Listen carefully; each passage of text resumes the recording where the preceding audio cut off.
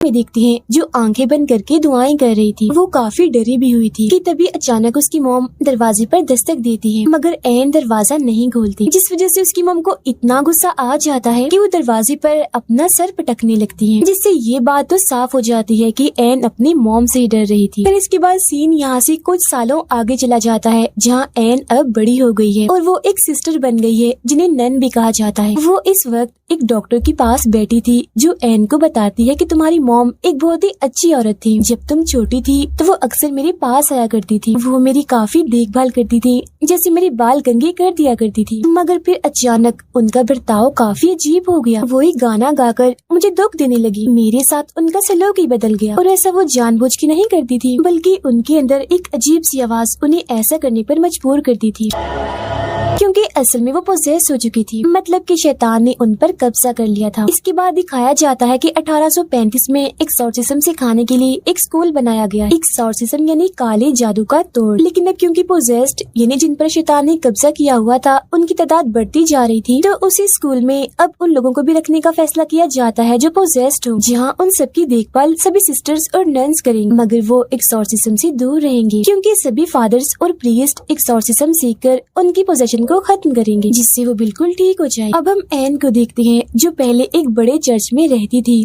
मगर अब वो भी इस स्कूल में आ जाती है। हालांकि वो एक नन है, सिस्टर है, एक्सॉर्सिज्म से उसका कोई लेना देना नहीं है, मगर फिर भी एक्सॉर्सिज्म सीखने में उसकी काफी दिलचस्पी होती है। फिर जब वो क्लास में थी तो वही डॉक्टर जिससे एन बातें कर रही थी, वो सबको जादू टोने और इसके तोड़ के बारे में बता रही। यहाँ पर कुछ मरीज ऐसे थे जिनका ध्यान एन रख रही थी। कुछ वक्त पहले ही यहाँ एक और मरीज भी आई थी, जिसका नाम नेटली था, जो सिर्फ एक 10 साल की बच्ची थी। एन उससे बातें करती है, हंसी मजाक करती है, जिससे वो बच्ची काफी खुश रहती है और एन को वो बहुत पसंद करती है। अब रात को जब एन अपने कमरे में थी तो तभी उसे किसी के पुकारने की आवाज आती है, इसके साथ ही उसे कुछ आहट भी महसूस होती है। वो चेक करने बाहर जाती है, मगर वहाँ कोई भी नहीं था। फिर जब वो मरीजों वाले एरिया में घूम रही थी तो तभी उसे किसी बच्चे की रोने की आवाज आती है, वो भी कई बार, बहुत ज्यादा। उसे कुछ भी समझ नहीं आ रही थी कि आखिर ये आवाज आ कहाँ से रही। मगर फिर तभी अचानक उसके सामने नेटली आ जाती है, जिसे देख वो थोड़ी हैरान रह जाती है, ये सोचकर कि वो बाहर कैसे आ गई, क्योंकि सारे मरीजों को हमेशा ही उनके कमरों में बंद करके रखा जाता है और सिर्फ 2-3 नन्स ही अंदर जाती थी। मगर फिर वो उसे थोड़ी बहुत बात करके दोबारा कमरे के अंदर भेज देती है। वो फिर जब नीचे वाले हिस्से में आ रही थी तो उसे दोबारा से किसी के पुकारने की आवाज सुनाई देती है। तो वो यहाँ इस बारे में सोचने लगती है कि आखिर ये आवाजें मुझे सुनाई क्यों दे रही हैं, क्योंकि वो दरअसल इन आवाजों को थोड़ा बहुत पहचान चुकी। इसके बाद वो क्लास के पास से गुजरती है, जहाँ हेड फादर सारे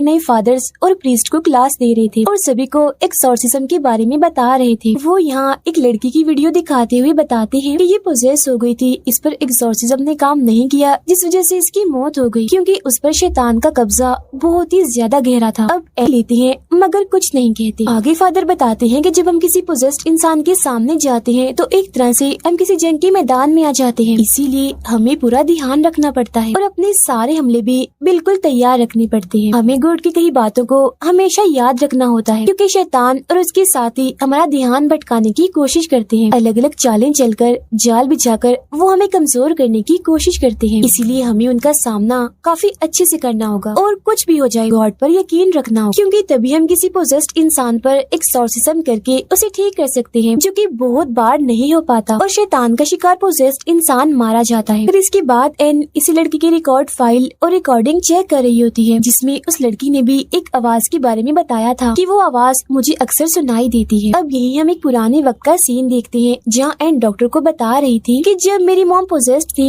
तो उन्हें भी कोई आवाज सुनाई देती थी, जो उनसे सिर्फ एक ही बात करती थी कि मैं तुम्हें नहीं बल्कि तुम्हारी बेटी एन को लेना चाहती हूँ, क्योंकि वो खास है, गॉड की तरफ से चुनी हुई सिपाही है जो हमारे खिलाफ लड़ेगी। अब लाइब्रेरी में एन और लोगों के रिकॉर्ड्स भी पढ़ना चाहती है, मगर वहाँ बैठी नैन उससे कहती है कि जो रिकॉर्ड फाइल तुमने देखी बाहर बस वही पड़ी है और इसके अलावा मैं तुम्हें कुछ नहीं दिखा सकती। अब हेड नैन एन को समझाती है कि आइंदा की बात तुम कभी भी प्रीस्ट और फादर की क्लास में नहीं जाओगी, समझ गई ना, क्योंकि वहाँ एक्सॉर्सिज्म सिखाया जाता है जिससे तुम दूर ही रहो। जिस पर एन कहती है एक्सॉर्सिज्म सिर्फ मर्द ही करते हैं, जबकि औरतें भी इसे कर सकती हैं, तो इसमें क्या बुराई है। जिस पर नैन साफ मना कर देती है कि जो भी है बहरहाल तुम नहीं जाओगी, जिस पर एन को उसकी बात माननी ही पड़ती है। यहाँ पर हेड फादर भी थे जिनकी क्लास में एन चली गई थी। वो बताते हैं कि एन सीखना चाहती है तो इसे सीखने दे। नैन बोलती है एक्सोर्सिज्म सीखकर ये खतरा ही मोल लेगी, जिससे मैं इसे बचाना चाहती हूँ क्योंकि मैं इसकी हिफाजत करना चाहती हूँ। इसके बाद एन एक बूढ़े मरीज की देखभाल कर रही होती है,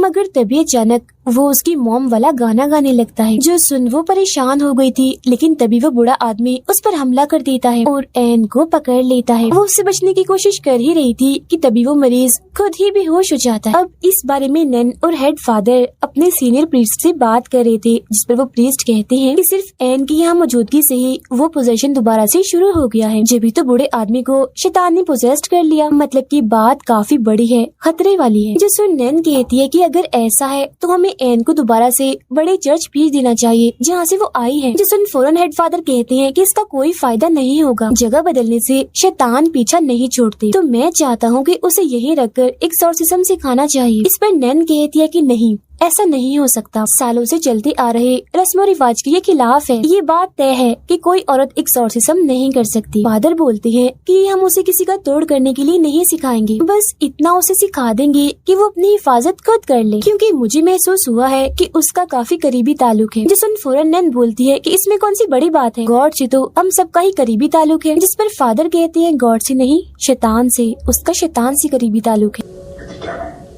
फिर अगले दिन एन एक्सोर्सिज्म वाली क्लास में जाने लगती है, जहाँ एक फादर जिसकी एन से दोस्ती हो गई थी, उसके अलावा सब इस बात से नाखुश थे। क्लास खत्म होने के बाद फादर उन्हें असली एक्सोर्सिज्म की झलक दिखाने के लिए ऊपर वाले फ्लोर पर ले जाते हैं। ये एक ऐसी जगह थी जहाँ सबसे खतरनाक पोजेशन वाले लोगों को हिफाजती कमरों में रखा जाता है, और जिस कमरे के पास वो आए थे इसमें नेटली को रखा गया था क्योंकि उसका पोजेशन काफी बढ़ गया था। तब हेड फादर दो छोटे फादर जो अब एक्सोर्सिज्म सीख रहे थे उन्हें इस कमरे में भेजने का फैसला करते हैं एक्सोर्सिज्म करने के लिए, और उन्हें बताते हैं कि जिस पर तुम एक्सोर्सिज्म करने जा रहे हो वो सबसे खतरनाक शैतान है, जो सबकी खुफिया राज, उनकी शर्मिंदगी और सभी गुनाहों को जानता है, जिन्हें वो फिर उस इंसान के खिलाफ इस्तेमाल करता है जिसके अंदर वो होता है, और ऐसा करके वो उसकी आत्मा को तोड़ता है। तो तुम इस चीज का खास ध्यान रखना। फिर इसके बाद वो एक्सोर्सिज्म करने के लिए उस कमरे के अंदर चले जाते हैं और अपने जादुई अल्फाज और मंत्र पढ़ने लगते हैं, लेकिन पोजेस्ड हुई नेटली पर इनका कोई असर नहीं होता।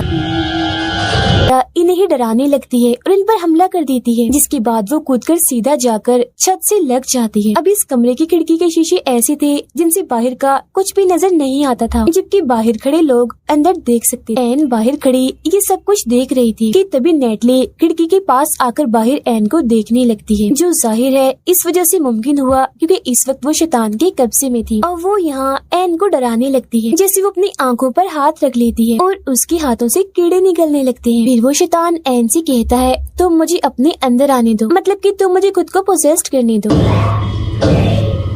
फिर वो फौरन ही फादर कमरे के अंदर आ जाते हैं क्योंकि बात अब बस से बाहर हो गई थी, मगर पोजेस्ड नेटली उन पर भी हमला कर देती है। जिसके बाद अब एन अंदर आती है और उससे बात करने लगती है। वो कहती है संभालो खुद को और जल्दी करो, होश में आओ। तब उसकी ये बात नेटली पर असर भी करती है क्योंकि वो फौरन ही होश में आने लगी थी, मगर तभी अचानक उसके अपने ही बाल उसके मुंह में जाने लगते हैं, लेकिन उन बालों को दोनों छोटे फादर्स पकड़ लेते हैं, जबकि हेड फादर फिर अपने मंत्र और जादुई अल्फाज पढ़ने लगते हैं, जिसके साथ ही नेटली फौरन होश में आ जाती है और वो उसके बाल बाहर निकालते हैं, जिन्हें एक शैतानी हाथ में पकड़ा हुआ था क्योंकि शैतान उसके अंदर था। फिर अब कुछ वक्त के बाद दोनों छोटे फादर और एन आपस में बात कर रहे होते हैं क्योंकि तीनों की काफी अच्छी दोस्ती हो गई। उनमें से एक फादर कहता है कि एन का तरीका काम कर गया क्योंकि कहीं न कहीं नेटली उस पोजीशन में मौजूद थी जिसने तुम्हारी बात सुन ली और होश में आने की कोशिश की। ये कहकर वो उसे अपनी बहन के बारे में बताने लगता है कि मेरी बहन की शादी हुई थी, उसका बच्चा जब होने वाला था तो किसी वजह से बच्चा उसने खो दिया, जिसमें कहीं न कहीं मेरी बहन की भी गलती है, जिस वजह से वो हर वक्त सदमे में, शर्मिंदगी में रहती है और मैं उसकी वजह से बहुत परेशान। फिर अब रात के वक्त एन को एक बुरा सपना आता है जिसमें उसकी माँ ही उसे डराती, जिससे एन भी काफी परेशान हो गई थी। इसके बाद वो नेटली के पास जाती है और पूछती है कि अब तुम्हें कैसा महसूस हो रहा है, जिस पर नेटली बताती है कि मुझे एक बुरा सपना आया था जिसमें मैंने एक जगह देखी जहाँ पर बहुत सारे लोग थे, वो सभी लोग चिल्ला रहे थे, साथ ही साथ एक आवाज भी सुनाई दे रही थी। वो मुझे काफी डरावनी चीजें भी दिखा रहे थे, डरा रहे थे और वैसे करने को कह रहे थे जैसा वो वो लोग कर रहे थे। और एन, वहाँ मैंने तुम्हें भी देखा, तुम भी चिल्ला रही थी। जो सुन एन थोड़ा और परेशान हो जाती है। फिर इसके बाद वो अपने नोट्स बना रही होती है कि जब इंसान पोजेस्ड होता है तो उन्हें क्या महसूस होता है, उनके साथ होता क्या। अपने फादर दोस्त की मदद से वो उन फाइल्स को भी देख लेती है जो देखना मना था, जिससे उसे पता चलता है कि बहुत सारे लोगों की हालत पोजेस्ड होने के बाद सीरियस हो जाती है। फिर उन्हें एक्सोर्सिज्म वाले इस स्कूल में भेज दिया जाता है, मगर यहाँ भी वो ठीक नहीं हो पाते और मारे जाते हैं। ये जानकर एन काफी परेशान हो जाती है क्योंकि नेटली की हालत अब दिन ब दिन खराब होती जा रही थी। फिर उसे पोजेशन से बची एक लड़की का इंटरव्यू मिलता है, जिसमें वो बताती है कि मैं बच तो गई थी, मगर पोजेशन में मैंने अपने साथ बहुत गलत किया था। मतलब कि खुद को नुकसान पहुंचाया, अपना चेहरा तक बिगाड़ लिया था। मैंने ऐसा कदम इसीलिए उठाया क्योंकि जो मेरे अंदर का शैतान था, जिसने मुझे पोजेस्ट किया हुआ था, उसने मुझे मेरे गुनाहों और शर्मिंदगी का एहसास दिलाया और आज भी मैं उसी शर्मिंदगी में जी रही हूँ। अब हमें माजी का एक सीन दिखाया जाता है जहाँ एन की मॉम पोजेशन में थी और उस पर हमला करने की कोशिश कर रही थी, मगर फिर अचानक से उसकी मॉम ने अपनी ही जान ले ली। अब एन हेड फादर के पास आती है और उन्हें बताती है कि पोजेशन के टाइम पर शैतान उस इंसान की शर्मिंदगी और गुनाहों को इस्तेमाल करता है, और जब वो इंसान अपनी शर्मिंदगी और गुनाहों पर पूरी तरह से टूट जाता है, तब वो इंसान उस पर कब्जा कर लेता है। ऐसा करके वो जीत जाता है और पोजेस्ड हुए इंसान को फिर चाहे जहाँ भी भेजा जाए उसकी मौत ही होगी, क्योंकि शैतान तो पहले ही जीत चुका है। इसीलिए एक्सोर्सिज्म के दौरान हमें लोगों को अंदर से मजबूत करना होगा कि वो लोग अपनी शर्मिंदगी और गुनाहों से ना टूटे, जिस वजह से वो लोग बच जाएंगे, एक्सोर्सिज्म कामयाब हो जाएगा। अब उसकी ये बातें हेड फादर को जरा भी समझ नहीं आती। उनका यहाँ सिर्फ एक ही सवाल था कि आखिर एक 10 साल की बच्ची को क्या शर्मिंदगी और क्या गुनाहों का एहसास होगा, क्योंकि बच्चे तो मासूम होते हैं, मन के पाक साफ होते हैं। तो फिर नेटली के केस में आखिर शैतान ने कैसे उस पर कब्जा किया हुआ है? अब इसका जवाब किसी के पास नहीं था, मगर जो इसकी वजह थी वो काफी बड़ी थी, जिस बारे में हमें थोड़ी देर में पता लगने वाला है। अब एन की बातें यहाँ उसके फादर दोस्त ने सुन ली थी और वो उसे कहता है कि मेरी बहन जिसने बच्चे को खोया था, मैंने जिसके बारे में तुम्हें बताया था, वो भी अब पोजेस्ड हो चुकी है, तो तुम उसकी मदद कर दो ताकि उसकी जान छूट जाए। जिस पर वो मान भी जाती है और ये दोनों उस फादर के घर आ जाते हैं, जहाँ एन उसकी बहन से बात करती है। उसका भाई यानी फादर एक्सोर्सिज्म शुरू करता है, तो पता चलता है कि उसकी बहन को भी अपना बच्चा खोने की वजह से शर्मिंदगी और गुनाहों का एहसास था और वो काफी दुखी भी थी, और इन्हीं सब चीजों का इस्तेमाल करके शैतान उसे परेशान कर रहा है। जब एन उसे संभालती है, कहती है तुम बिल्कुल ठीक हो और गॉड की नजर में भी तुम बिल्कुल पाक साफ हो, गलत नहीं हो, और वो तुमसे अभी भी प्यार करती। ये बातें सुनकर उसकी बहन खुश हो जाती है, जिससे जाहिर है उनकी जीत हो रही थी। अब खुद को हारता हुआ देखकर शैतान चिढ़ जाता है और अब वो आसपास की चीजों से इन पर हमला करने लगता है, मगर अब तक उसकी बहन ने अपने बारे में गलत सोचना बंद कर दिया था, जिस वजह से वो बिल्कुल ठीक हो गई थी, जो देखकर वो तीनों ही काफी खुश हो जाते हैं, क्योंकि ऐसा करके उन्होंने पहली जान तो बचा ली। फिर इसके बाद एन और उसका फादर दोस्त बाहर बैठकर बातें कर रहे थे, जहाँ एन उसे अब अपने बारे में बताती है कि मेरी मोम की मौत के बाद मैं बिल्कुल अकेली हो गई थी, जिसके बाद एक काफी अमीर फैमिली ने मुझे गोद ले लिया, मगर जब मैं 15 साल की हुई तो मुझे नशे की लत लग गई और मैं गलत रास्तों पर निकल पड़ी, जिसके बाद मेरे साथ पता नहीं क्या हुआ, मुझे याद नहीं, पर मैं प्रेग्नेंट हो गई। मतलब कि मैं माँ बनने वाली थी, जिस वजह से मेरी जिंदगी में काफी मुश्किलें आई, क्योंकि मेरी इस हरकत की वजह से उस फैमिली ने मुझे घर से निकाल दिया था, जिसके बाद मुझे सहारा दिया नन्स और सिस्टर्स ने, जहाँ मेरी बेटी पैदा हुई जिसे मैं पालना नहीं चाहती थी। फिर मैंने दुखी मन से अपनी बच्ची को छोड़ दिया था और उन्हीं नन्स ने उसे गोद ले लिया था, जिसके बाद मैंने भी ये फैसला किया कि अब मैं भी इन्हीं की तरह ही एक नन, एक सिस्टर बनूंगी और पूरी इंसानियत की खिदमत करूंगी। और अपनी बच्ची को छोड़ते वक्त मैंने उसके पास एक लॉकेट छोड़ा था, जो कि क्रॉस का था, जो बचपन से ही मेरे पास रहा था, क्योंकि मेरी मॉम ने ही मुझे दिया था, और तभी से मैं दुआएं मांग रही हूँ कि गॉड मुझे मेरे किए के लिए माफ कर दे। जो सुन वो फादर कहते हैं कि मेरा ख्याल है गॉड तुम्हें माफ कर चुके हैं, क्योंकि कई बार मैंने इस बात की झलक तुम्हारे अंदर देखी है। इसके बाद जब एन अपने कमरे में थी तो उसे अपनी मॉम के ख्याल आने लगते हैं। उसकी आंख से भी नोकदार कोई चीज बाहर आती है, जिससे वो थोड़ा परेशान हो गई थी। अगले ही पल हम उसकी मॉम की आत्मा को उसके पास ही खड़ा हुआ देखते हैं। कुछ देर बाद उसे हेडनन बुलाने आती है, जो उसे सीनियर प्रीस्ट के पास ले जाती है, जहाँ पर उसका फादर दोस्त भी बैठा हुआ था। और अब हमें यहाँ पर पता चलता है कि उस फादर की बहन जिस पर इन्होंने एक्सोर्सिज्म किया था वो मारी जा चुकी है, क्योंकि उसने भी खुद अपनी जान ले ली थी। यहाँ पर सभी लोग एन और उस फादर पर काफी गुस्सा कर रहे थे कि आखिर तुमने एक्सोर्सिज्म किससे पूछ के किया था। अब एन को उसकी मौत का काफी दुख था, तो वो अपनी सजा खुद ही बता देती है कि मुझे वापस वापस उसी चर्च में भेज दिया जाए जहाँ से मैं आई थी, क्योंकि मैं जानती हूँ ये गलती बहुत ही बड़ी है, नाकाबिले माफी है। फिर जब वो उस बड़े चर्च में आती है तो वो डॉक्टर उससे मिलने आती है और उसका हौसला बढ़ाते हुए कहती है कि तुम एक अच्छी इंसान हो, कभी कभी तुम भी लोगों की जान बचाने की कोशिश करती हो, और क्योंकि तुम एक नई राह पर हो तो अपनी नाकामियों से मत डरो। और नेटली पर एक्सोर्सिज्म कामयाब रहा है, वो बिल्कुल ठीक हो गई है और कल अपनी मॉम के साथ चली जाएगी। ये सुन एन बहुत ही खुश हो जाती है। अब अगले दिन उससे मिलने उसका फादर दोस्त आता है और उसे बताता है कि नेटली को घर ले जाया जाना था, मगर वो दोबारा पोसेस्ड हो गई थी और इस बार उसका पोजेशन काफी हद तक बढ़ गया। उसने 3 लोगों को मार दिया, जिसमें प्रीस्ट और नन शामिल थे। फिर वो उसे क्रॉस लॉकेट देता है और कहता है कि पोजेशन की हालत में नेटली ने कहा था कि इसी में तुम तक पहुंचा दूं। अब उस क्रॉस लॉकेट को देखकर एन समझ जाती है कि तो वही लॉकेट है जो मैंने अपनी बेटी को दिया था उसे छोड़ते वक्त। तो इसका मतलब ये है कि नेटली और कोई नहीं बल्कि मेरी बेटी ही है। और अब हमें यहाँ ये बात पता चल गई है कि शैतान को उस बच्ची में आखिर कोई शर्मिंदगी क्यों नहीं मिली, क्योंकि उसे वो बच्ची नहीं चाहिए थी, बल्कि वो तो उसके जरिए बस एन तक पहुँचना चाहता था और उसे नेटली के नाम से तोड़ना, कमजोर करना चाहता था। ये जानकर वो फौरन उस फादर के साथ नेटली को बचाने के लिए निकल पड़ती है, क्योंकि वो उसकी बेटी भी है और एक बच्ची भी है, तो वो उसे कुछ भी होने देना नहीं चाहती। उधर नेटली को एक खुफिया जगह पर लाया जाता है जहाँ उस पर एक्सोर्सिज्म चल रहा था, और ये वही जगह थी जहाँ पर 1835 के टाइम से ही जादू टोने और एक्सोर्सिज्म किए जाते थे। यहाँ एक फादर के साथ कुछ प्रीस्ट थे जो नेटली पर जादुई अल्फाज और मंत्र पढ़ रहे थे, जिनका उस पर कोई असर नहीं हो रहा था।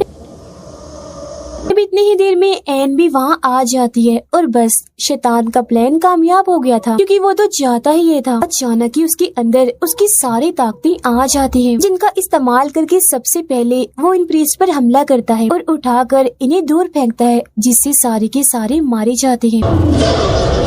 के पास जाती है और नेटली से बात करने की कोशिश करती है, मगर यहाँ शैतान ही उससे बात कर रहा था और पूछता है कि तुमने अपनी बेटी को क्यों छोड़ दिया था, तुम ये बात छुपाओ मत, सबको बताओ। अब यहाँ हमें पता चलता है कि आखिर क्यों एन की मॉम ने अपनी जान ली थी। ऐसा उन्होंने इसलिए किया था ताकि ये शैतान एन तक ना पहुँच सके। दरअसल उन्होंने अपनी बेटी को बचाने के लिए खुद की कुर्बानी दी थी, क्योंकि जैसा कि मैंने आपको बताया था कि एन खास है और उसने भी अपनी बेटी को इसीलिए छोड़ा था ताकि वो हर लिहाज से महफूज रह सके, क्योंकि वो जानती थी कि ये आवाज यानी ये शैतान उसके पूरे खानदान का पीछा करे। मगर शैतान उसके पीछे पड़ा ही रहा और आज वो उसके रूबरू आ ही गया। अब यहाँ पर एन अपनी मॉम की तरह ही अपनी बेटी की जान बचाना चाहता। फादर नेटली की जान बचाने के लिए उसे यहाँ से लेकर भागने लगता है, मगर यहाँ के सारे दरवाजे अपने आप ही बंद हो जाते हैं, इसीलिए वो उसे छोटी सी जगह से बाहर निकालकर छुपने का कहता है। अब एन, जिसे कोई होश नहीं था क्योंकि वो पोजेस्ड थी, अपनी ही बेटी को मारने के लिए आ रही होती है। हालांकि फादर उसे रोकने की कोशिश भी करते हैं, मगर वो पहले ही बाहर आ चुकी थी। वो नेटली को पकड़कर एक तालाब में डुबोने लगती, जो कोई आम पानी नहीं था बल्कि होली वाटर था। अब एन तो पूरी तरह से पोजेस्ड है, जबकि फादर अंदर बंद है, तो अब नेटली को कौन बचाने आएगा? तो उसे यहाँ बचाने के लिए आती है उसकी नानी, यानी कि एन की मॉम, जो हमेशा से ही उसके पास थी क्योंकि वो उसकी हिफाजत कर रही। तो अब यहाँ एन थोड़ा थोड़ा पोजेशन से बाहर आने लगती है। उसे अपनी फैमिली और अपनी मॉम के साथ गुजारे सभी अच्छे पल याद आने लगते हैं। साथ ही उन लोगों की भी याद आने लगती है जिन्होंने एन को बचाने के लिए अपनी जान दी थी, और अब उनसे हिम्मत लेकर वो शैतान से लड़ने लगती है। वो अब आहिस्ता आहिस्ता अपने सर पर वही क्रॉस वाला लॉकेट घुसाने लगती है और उस होली वाटर के तालाब में कूद जाती है। अब होली वाटर में नहाने से उसके सारे गुनाह खत्म हो गए थे, इसलिए शैतान उसके जिस्म को छोड़कर चला जाता है। अब अगले सीन में हम हॉस्पिटल में एन को देखते हैं, जिससे मिलने नेटली आती है, मगर उसने नेटली को ये सच्चाई नहीं बताई होती कि मैं तुम्हारी मॉम हूँ। ऐसा उसने इसलिए किया था ताकि वो खुश रह सके। यहाँ नेटली उसका शुक्रिया अदा करके चली जाती है। इसके बाद नेटली वापस से एक्सोर्सिज्म स्कूल में आ जाती है, जहाँ इस वजह से कि कैसे उसने सबकी जान बचाई और अपनी जान की परवाह ना करते हुए शैतान को हराया, इससे सब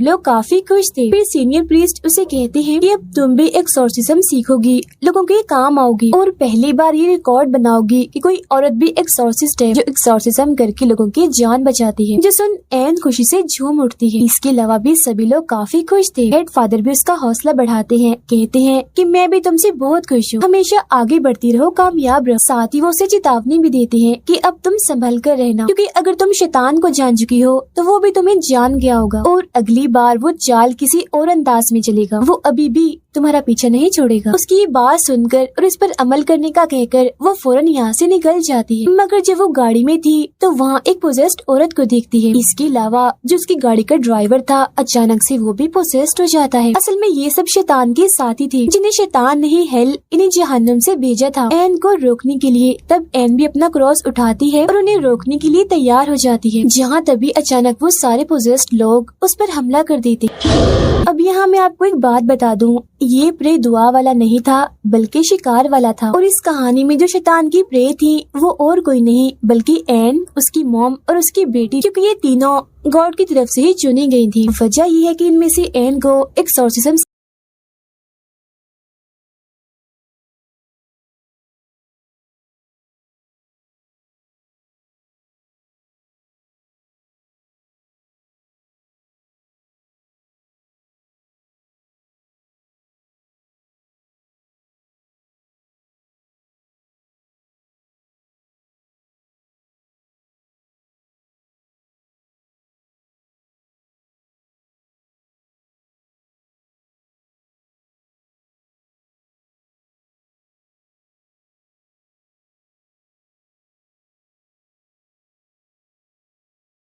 कुछ आर्ट भी महसूस होती है। वो चेक करने बाहर जाती है मगर वहाँ कोई भी नहीं था। फिर जब वो मरीजों वाले एरिया में घूम रही थी तो तभी उसे किसी बच्चे की रोने की आवाज आती है, वो भी कई बार, बहुत ज्यादा। उसे कुछ भी समझ नहीं आ रही थी कि आखिर ये आवाज आ कहाँ से रही। मगर फिर तभी अचानक उसके सामने नेट लिया जाती है, जिसे देख वो थोड़ी हैरान रह जाती है ये सोचकर कि वो बाहर कैसे आ गई, क्योंकि सारे मरीजों को हमेशा ही उनके कमरों में बंद करके रखा जाता है और सिर्फ 2-3 नंजी अंदर जाती थी। मगर फिर वो उसे थोड़ी बहुत बात करके दोबारा कमरे के अंदर भेज देती है। वो फिर जब नीचे वाले हिस्से में आ रही थी तो उसे दोबारा से किसी के पुकारने की आवाज सुनाई देती है। तो वो यहाँ इस बारे में सोचने लगती है कि आखिर ये आवाजें मुझे सुनाई क्यों दे रही हैं, क्योंकि वो दरअसल इन आवाजों को थोड़ा बहुत पहचान चुकी। इसके बाद वो एक क्लास के पास से गुजरती है जहाँ हेड फादर